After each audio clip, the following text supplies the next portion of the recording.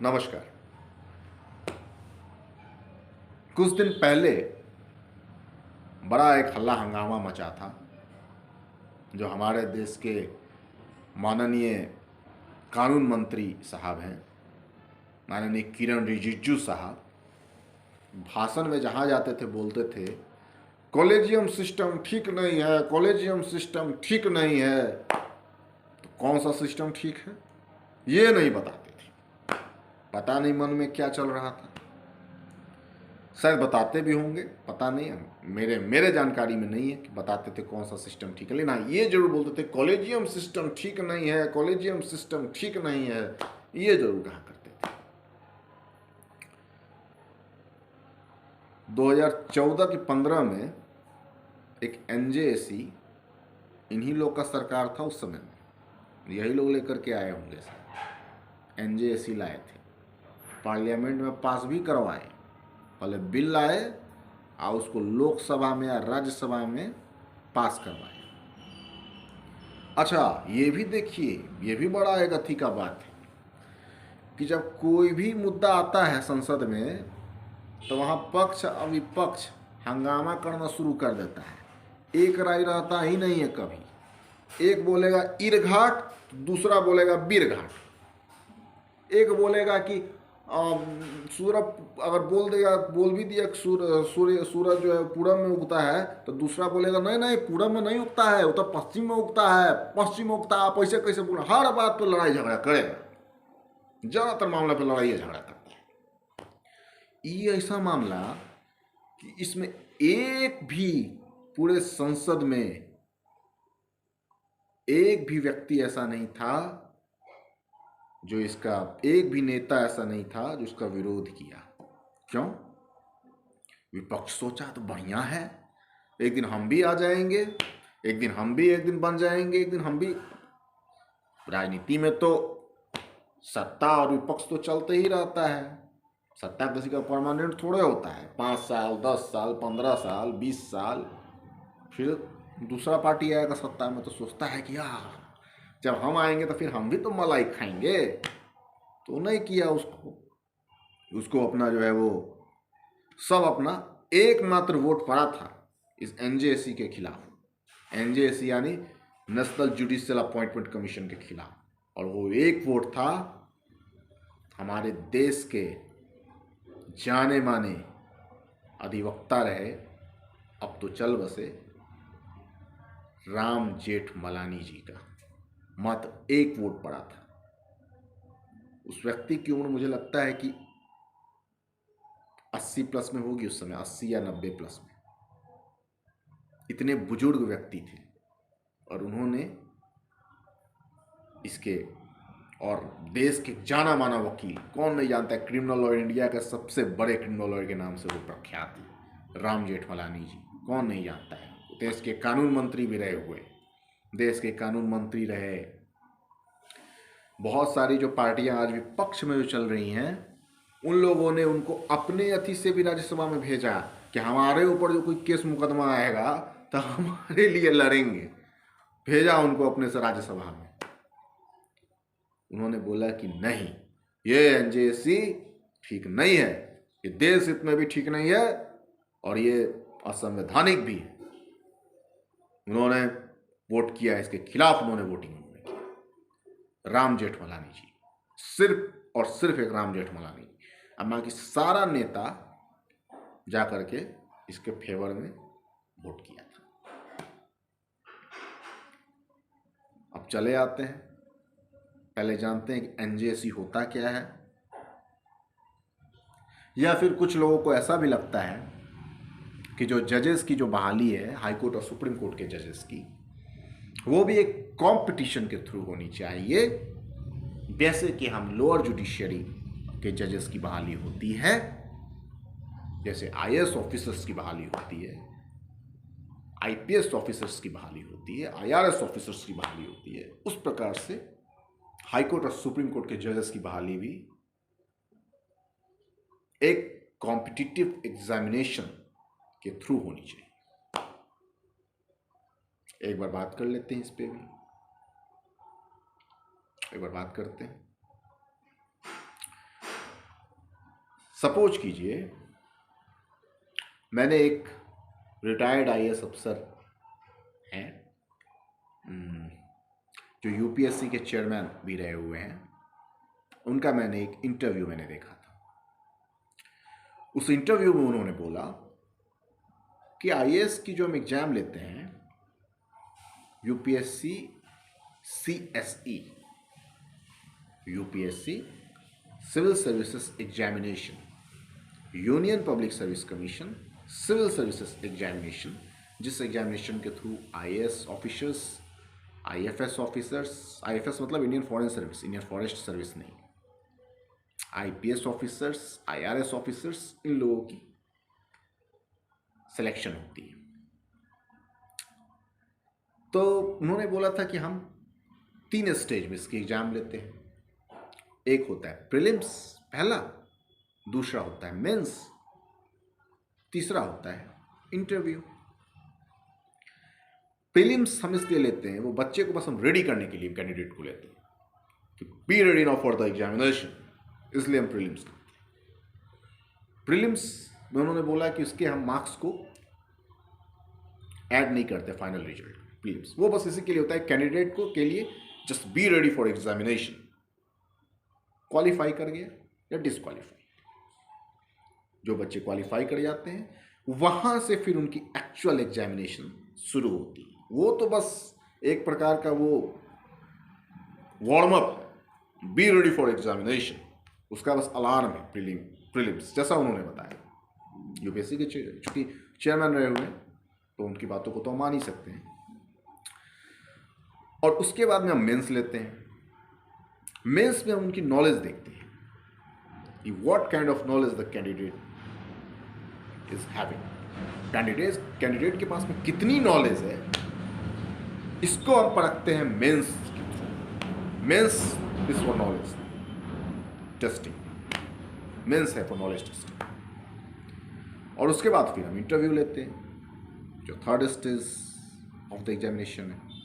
उसमें उन्होंने बोला कि उसमें हम लोग कोई जो है वो नॉलेज वगैरह हम लोग नहीं ज़्यादा देखते हैं इंटरव्यू में हम लोग उसकी पर्सनैलिटी देखते हैं, उसकी पर्सनैलिटी कैसी है, how is is body language, how is is communication skills. ये बंदा कल को आईएएस ऑफिसर बनेगा, कल को किसी जिले का डिस्ट्रिक्ट मजिस्ट्रेट हो जाएगा, आईपीएस ऑफिसर रहेगा, किसी जिले का सुपरिटेंडेंट ऑफ पुलिस हो जाएगा, सीनियर सुपरिटेंडेंट ऑफ पुलिस रहेगा किसी जिले का।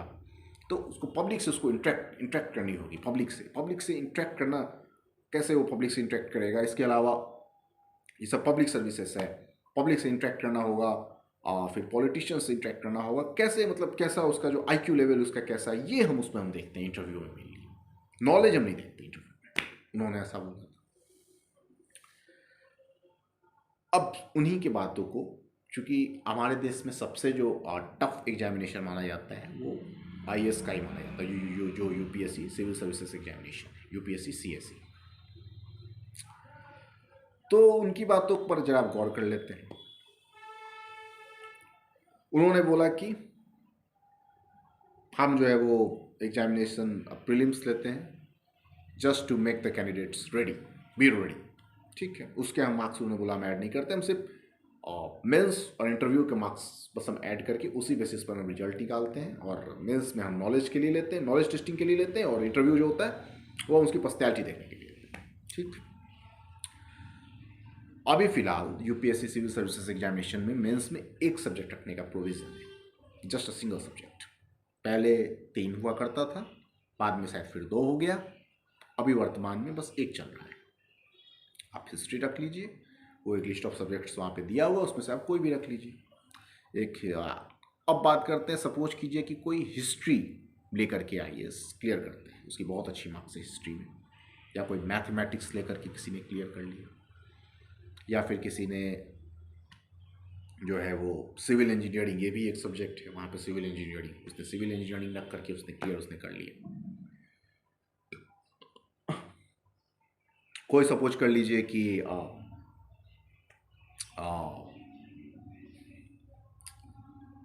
संस्कृत रख करके किसी ने क्लियर कर लिया एग्जाम, कोई फिलॉसफी रख करके कोई क्लियर कर लेता है। और 1 मिनट के लिए हम ये भी एज्यूम कर लेते हैं कि प्रॉपर आईएएस ही उसको मिलता है।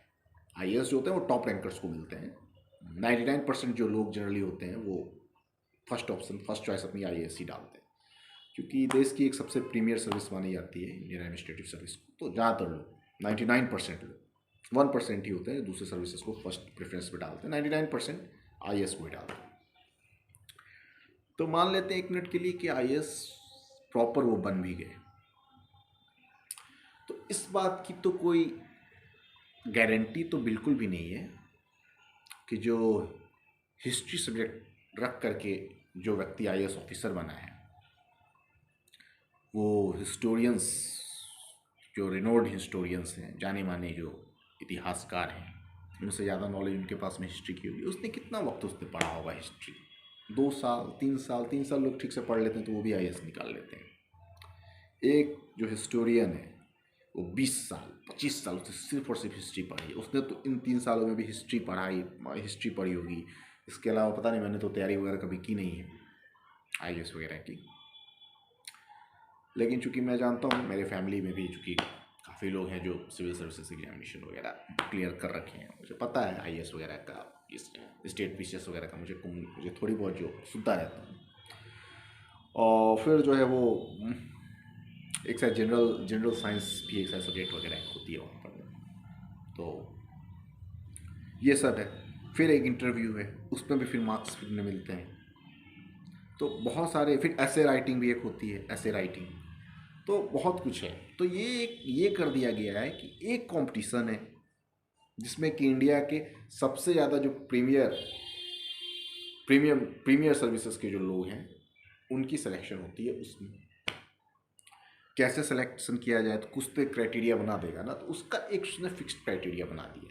बट इट डजेंट मीन कि अगर कोई बंदा IAS ऑफिसर बना है हिस्ट्री सब्जेक्ट लेकर के, या फिलॉसफी सब्जेक्ट लेकर के, या मैथमेटिक्स सब्जेक्ट लेकर के, या सिविल इंजीनियरिंग सब्जेक्ट लेकर के, तो हिस्ट्री सब्जेक्ट लेकर के कोई बना है, तो इसका ये तो बिल्कुल भी जरूरी नहीं है कि वो रोमिला थापर से ज़्यादा नॉलेजेबल पर्सन होगा।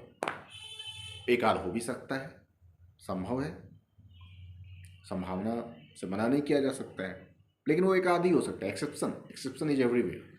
ज़्यादातर जो IAS ऑफिसर जो हिस्ट्री सब्जेक्ट लेकर के बने होंगे, इस बात की ज़्यादातर संभावना है कि वो रोमिला थापर से कमी नॉलेज उनको हिस्ट्री में की होगी, क्योंकि उन्होंने कितना 2 साल 3 साल दिया। रोमिला थापर की पूरी जीवन निकल गई हिस्ट्री में, उन्होंने सिर्फ हिस्ट्री पढ़ा।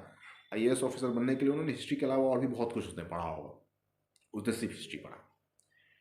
ठीक इसी प्रकार कोई सिविल इंजीनियरिंग सब्जेक्ट लेकर के अगर कोई IAS बनता है, तो इस बात की संभावना बेहद ही कम होगी कि वो विश्वेश्वरैया जाने माने इंजीनियर थे, तो उन्हें विश्वेश्वरैया से भी वो ज़्यादा नॉलेजेबल पर्सन होगा।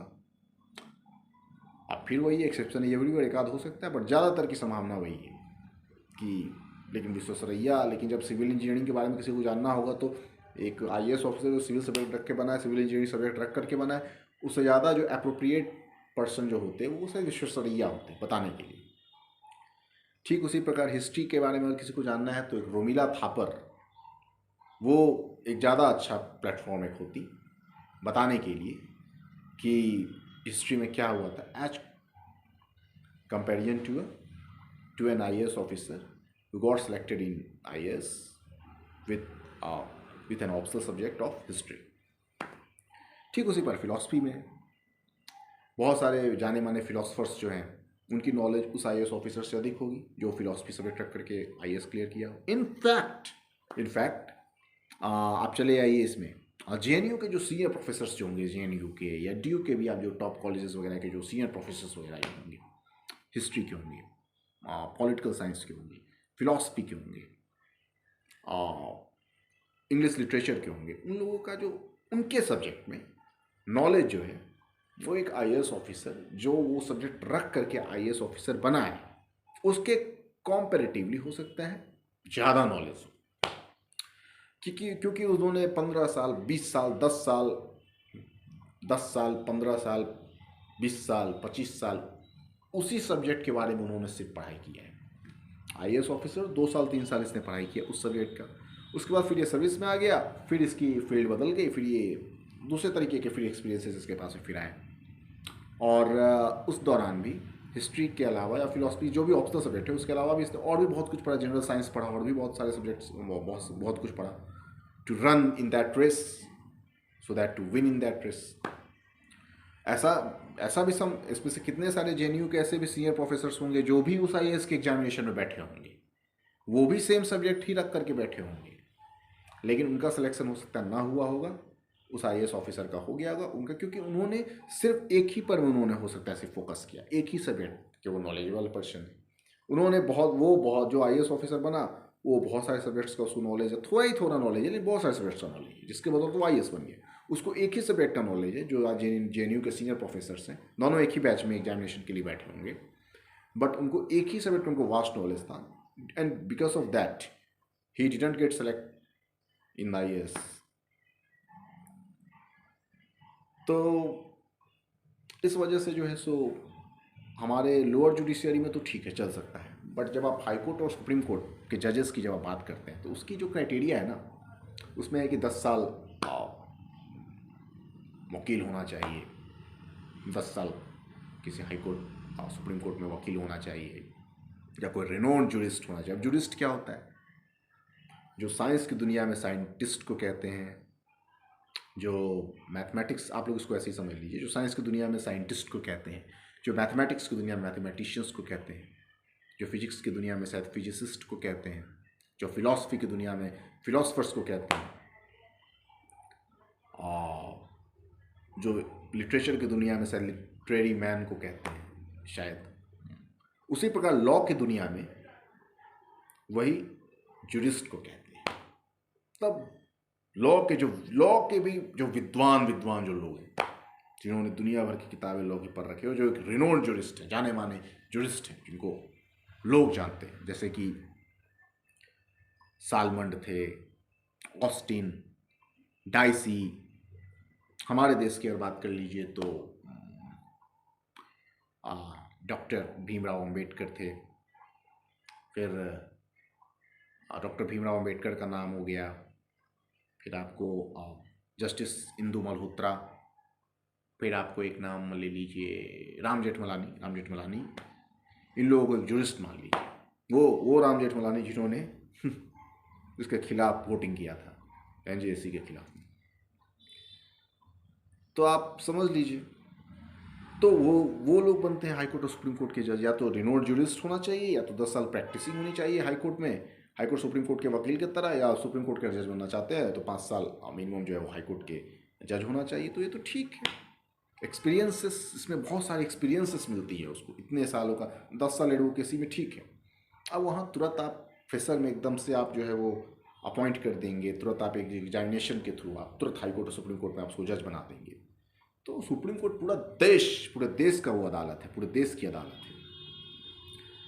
तो वहाँ तुरंत पहुँच जाना, अगर आप कहते हैं 1 मिनट के लिए कि प्रमोशन से भी पहुँचा देंगे, तो प्रमोशन में भी ये देखा गया है, क्योंकि मैं भी एक एडवोकेट हूँ, तो देखा गया है, हम लोगों ने देखा है कि जो हाई कोर्ट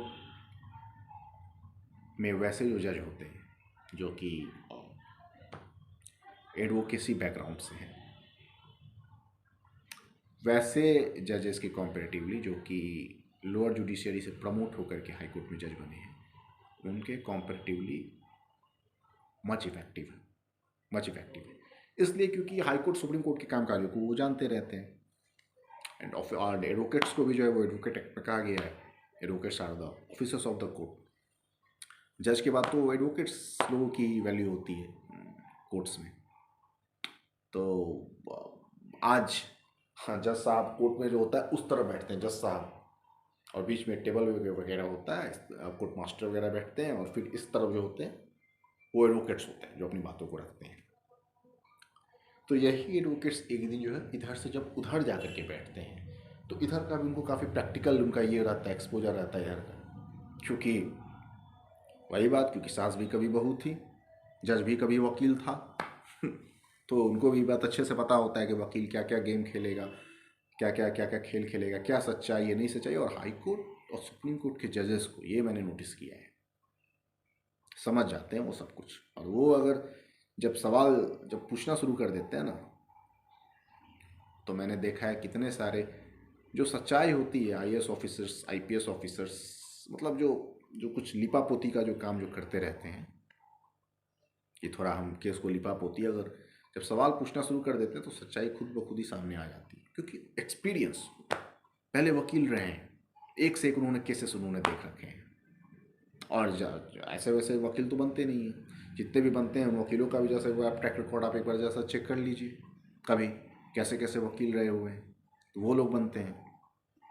तो एक से एक उन्होंने केसेस देख रखा है, तो फिर जब वो बनते हैं तो बहुत, बट इसका ये बिल्कुल भी मतलब नहीं है कि जो प्रमोटेड जो हाईकोर्ट के जजेस होते हैं लोअर जुडिशियरी से, वो उतने इफेक्टिव नहीं होते हैं, कुछ वैसे भी होते हैं, लेकिन ऑन एन एवरेज मैंने ये बात कही है, ऑन एन एवरेज ज़्यादातर ये बात देखा गया है कि जो हाईकोर्ट के जो जजेस होते हैं वो जो एडवोकेसी बैकग्राउंड, मतलब ये प्रमोशन के अलावा जो अदर बैकग्राउंड से, जैसे कि उसका है ना जुरिस्ट होना चाहिए रिनोन्ड, या फिर ये होना चाहिए 10 साल की प्रैक्टिस होनी चाहिए, या ये सब जो भी है, तो देखा गया है कि क्योंकि वो हाई कोर्ट में रहते हैं, कैसे ऑर्डर जज साहब कैसे ऑर्डर लिखवाते हैं, सब कुछ देखते रहते हैं। तो जो बंदा 10 साल देख रहा है, डेली उसी कोर्ट में जा रहा है, 10 साल देख रहा है कैसे हाई कोर्ट के जज साहब ऑर्डर लिख रहे हैं, तो ऑब्वियस सी बात है 10 साल देख देख करके वो इतना तो ट्रेन हो ही गया है कि अब वो जब उस कुर्सी पर बैठ जाएगा, वो चूँकि इतने सारे उसने केसेस देखे हैं, डेली इतने सारे जज साहब के पास में वो जा रहा है, 10 साल के बाद वो बंदा जब उस कुर्सी पर बैठेगा तो ऑब्वियस सी बात है कि संभाल तो लेगा ही वो अच्छे से, he will be a very good जज। लोअर कोर्ट के जो जजेस होते हैं, चूँकि लोअर जुडिस वो हाई कोर्ट के कामकाजों को ज़्यादा नहीं, ज़्यादा उन लोगों को ज़्यादा मौका मिलता है देखने के लिए, as comparison to advocates high court and supreme court advocates. High court supreme court के जजेस के कामकाजों को वो लोग नहीं उतना देख पाते हैं, तो they are also effective, but on an average की मैं बात करें तो ये भी ठीक नहीं है। बहुत लोग जो कहते हैं सिलेक्शन के थ्रू, एक एग्जामिनेशन के थ्रू होनी चाहिए बहाली, ये भी ठीक नहीं है। तो अब चले आते हैं इसके कॉलेजियम सिस्टम के ऊपर। कॉलेजियम सिस्टम क्या होता है? कॉलेजियम सिस्टम जो होता है वो 5 जजेस इसमें होते हैं। कॉलेजियम सिस्टम में 5 जजेस की कमेटी होती है, जिसमें कि एक सीजीआई होते हैं और 4 जो सीनियर मोस्ट जज होते हैं सुप्रीम कोर्ट के, वो लोग होते हैं।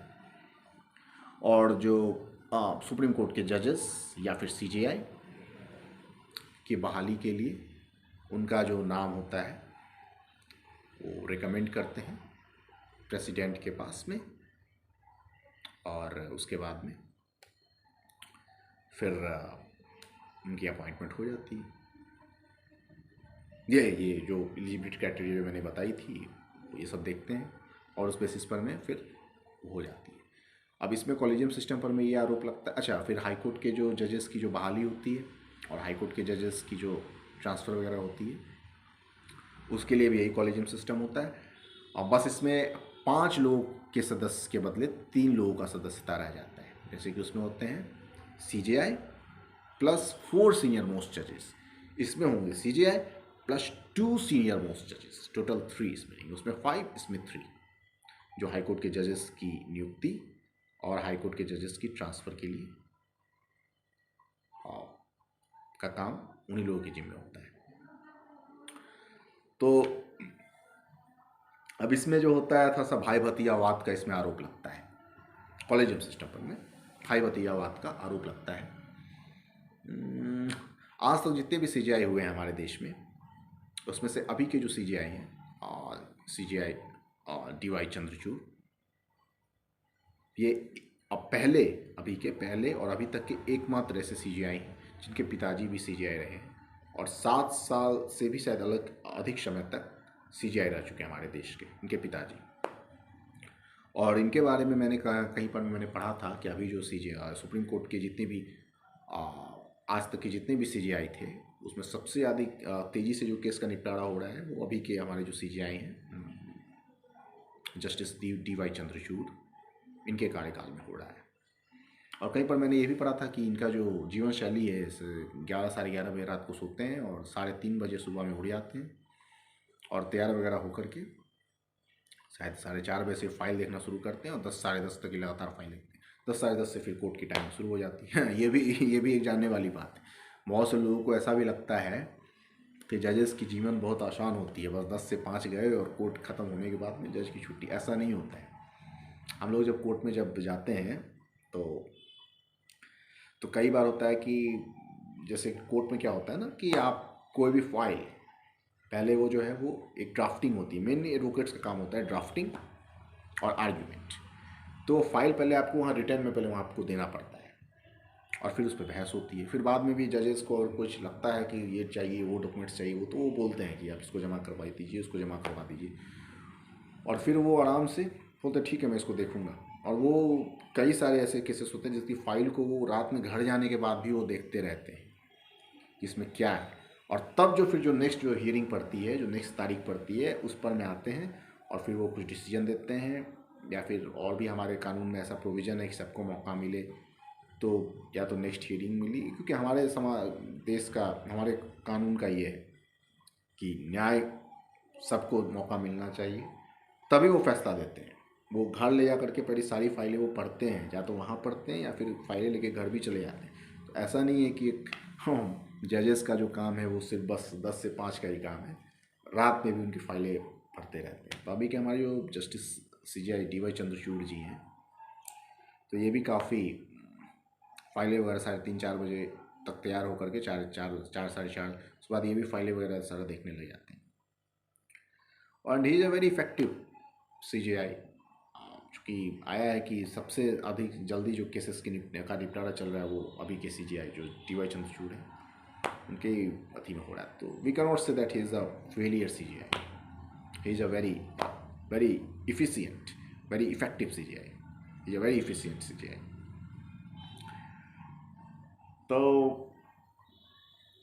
तो अब ये अच्छा, अब इसका कुछ प्लस पॉइंट माइनस पॉइंट तो सब में होता है।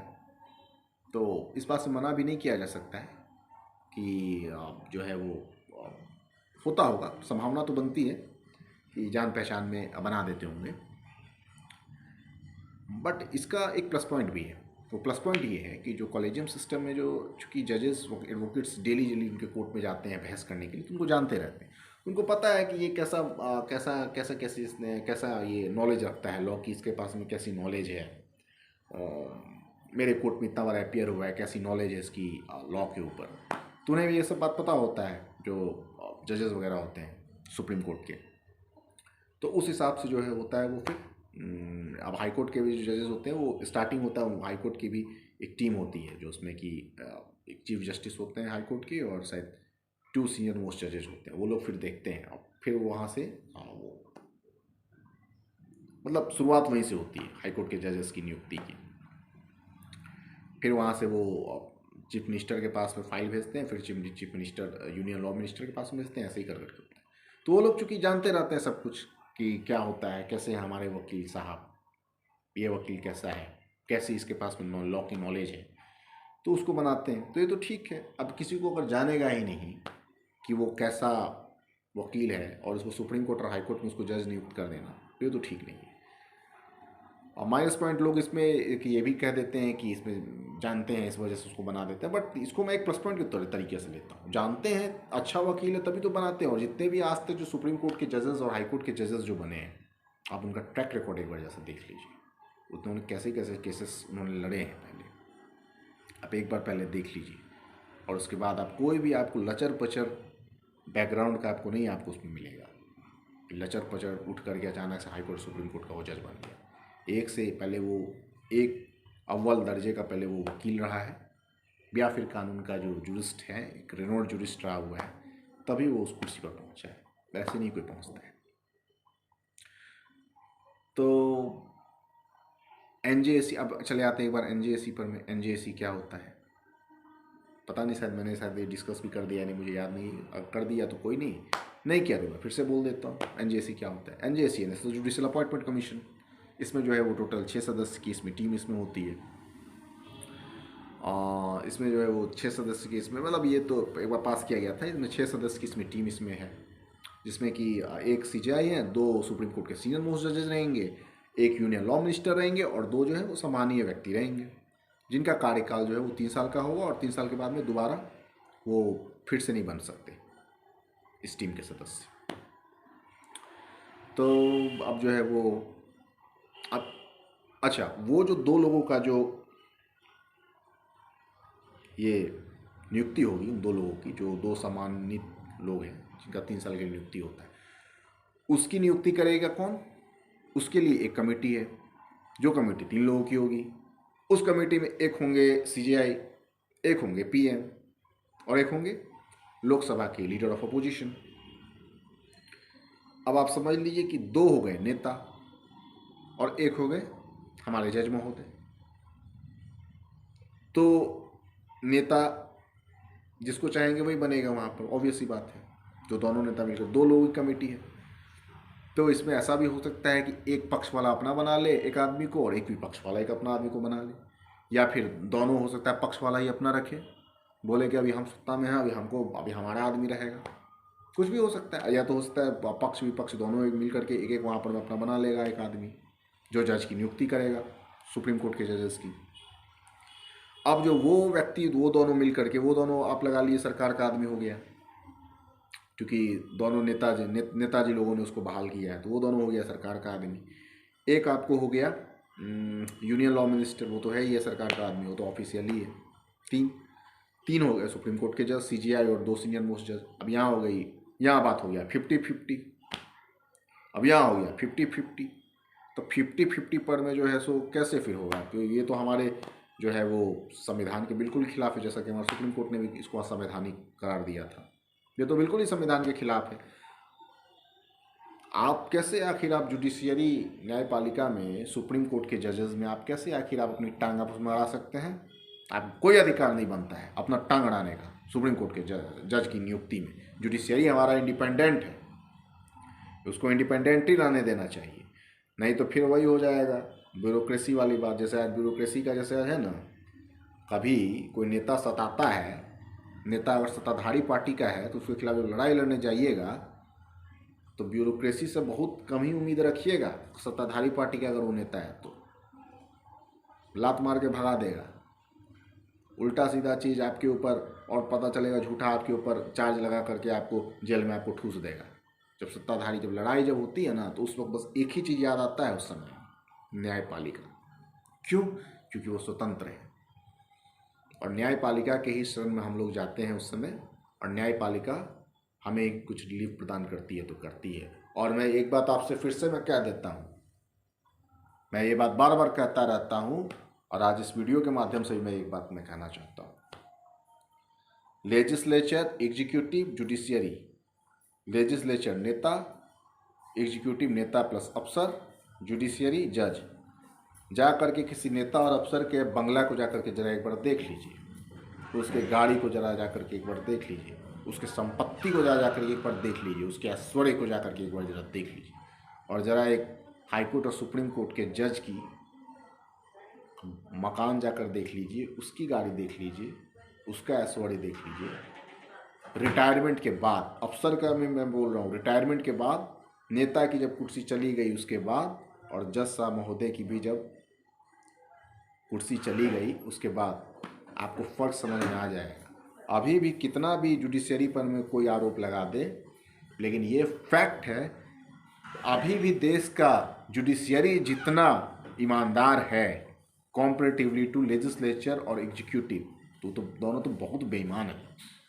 कोई ऐसा चीज़ ही नहीं है जिसमें कि बिना पैसे का वहाँ काम हो रहा है लेजिस्लेचर और एग्जीक्यूटिव में। नेता अफसर कौन नहीं जानता है, नेता अफसर के इतना इतना संपत्ति है, अरबों अरबों रुपये का, अरबों अरबों खरबों खरबों रुपये का संपत्ति रहता है अफसर के पास में, कौन नहीं जानता। लेकिन हमारे जो हाईकोर्ट और सुप्रीम कोर्ट के जजेज हैं, आज भी तीनों में बोल रहा हूँ, लेजिस्लेचर, एग्जीक्यूटिव और जुडिशियरी, तीनों में आज भी कितना भी कोई कुछ भी कहे, लेकिन आज भी लोग भी इस बात को मानते हैं कि जो जुडिशियरी है हमारी, आज भी इन तीनों में सबसे अधिक ईमानदार, कॉम्पैरेटिवली मैं बोल रहा हूँ, और सबसे ज़्यादा लोगों को रिलीफ देने वाली है। तो अगर ये भी चली जाएगी, अगर इसके भी जो है वो पैदाकार अगर हो जाएंगे हमारे नेताजी लोग, तो फिर तो ये भी ब्यूरोक्रेसी की तरफ फिर हो जाएगी, ब्यूरोक्रेट हो जाएगी। फिर कहाँ जाइएगा? जब आपको जब सताएंगे, जब ये नेता अफसर सताएंगे, और जुडिशियरी भी इनके ही हाथ में चली जाएगी, तो न्याय पाने के लिए कहाँ जाइएगा? तब तो कोई गोली मार देगा, सत्ताधारी पार्टी का कोई कुछ कर देगा और आप कहीं नहीं जा पाइएगा। इसीलिए जुडिशियरी जो है वो बिल्कुल ही इंडिपेंडेंट बॉडी है और अभी इंडिपेंडेंट बॉडी ही इसको रहने देना चाहिए। और ये जो हमारा कॉलेजियम सिस्टम है ये बिल्कुल ठीक है। अभी इससे बेटर, अभी इससे ज़्यादा बेटर अभी कोई भी सिस्टम, कॉलेजियम सिस्टम में ही कुछ इम्प्रूवमेंट हो जाए वो ज़्यादा बेटर है। लेकिन कभी भी सरकार का कोई भी व्यक्ति कॉलेजियम जजेस की नियुक्ति में हस्तक्षेप नहीं करने देना चाहिए। ज़्यादातर जो मामले होते हैं, ये भी बता देना चाहता हूँ, ज़्यादातर जो मामले होते हैं कोर्ट कचहरी में, वो ज़्यादातर मामलों में जो सरकार जो होती है वही वादी भी होती है। तो सरकार ही वादी है और उन्हीं के नियुक्त किए हुए जज भी वहाँ बैठेंगे तो न्याय कैसे पाइएगा? तब तो जो सरकार चाहेगी तब तो फिर कोर्ट को ही फिर समाप्त कर दीजिए। बिना मतलब का इतना इतना salary high court supreme court के जजेस को देना है, इतना इतना टाइम भी पेंडिंग लगेगा, तब तो समाप्त कर दीजिए। ज़्यादातर मामले में सरकारवादी होती है और वही अगर बैठ जाएंगे वहाँ पर में वही पैदा करने लग जाएंगे जजेस को, तो फिर तो हो गया, फिर न्याय मिल गया आपको, आप लोगों को न्याय। इसीलिए बिल्कुल भी एनजेएसी जो है वो बिल्कुल भी एकदम असंवैधानिक है, जैसा कि हमारा माननीय सुप्रीम कोर्ट ने भी कहा, क्योंकि ये सीधे सीधे जो है वो जुडिशियल के सुप्रीम कोर्ट के जजेस की बहाली में ये दखल अंदाजी कर रहा है सरकार की। तो it should not be allowed, it should not be supported, और इसको बिल्कुल ही, ये बिल्कुल ही ठीक नहीं है। It should not be supported and not be allowed. मिलते हैं फिर किसी नेक्स्ट वीडियो में किसी नए टॉपिक के साथ में। तब तक आप लोग अपना ख्याल रखें। नमस्कार।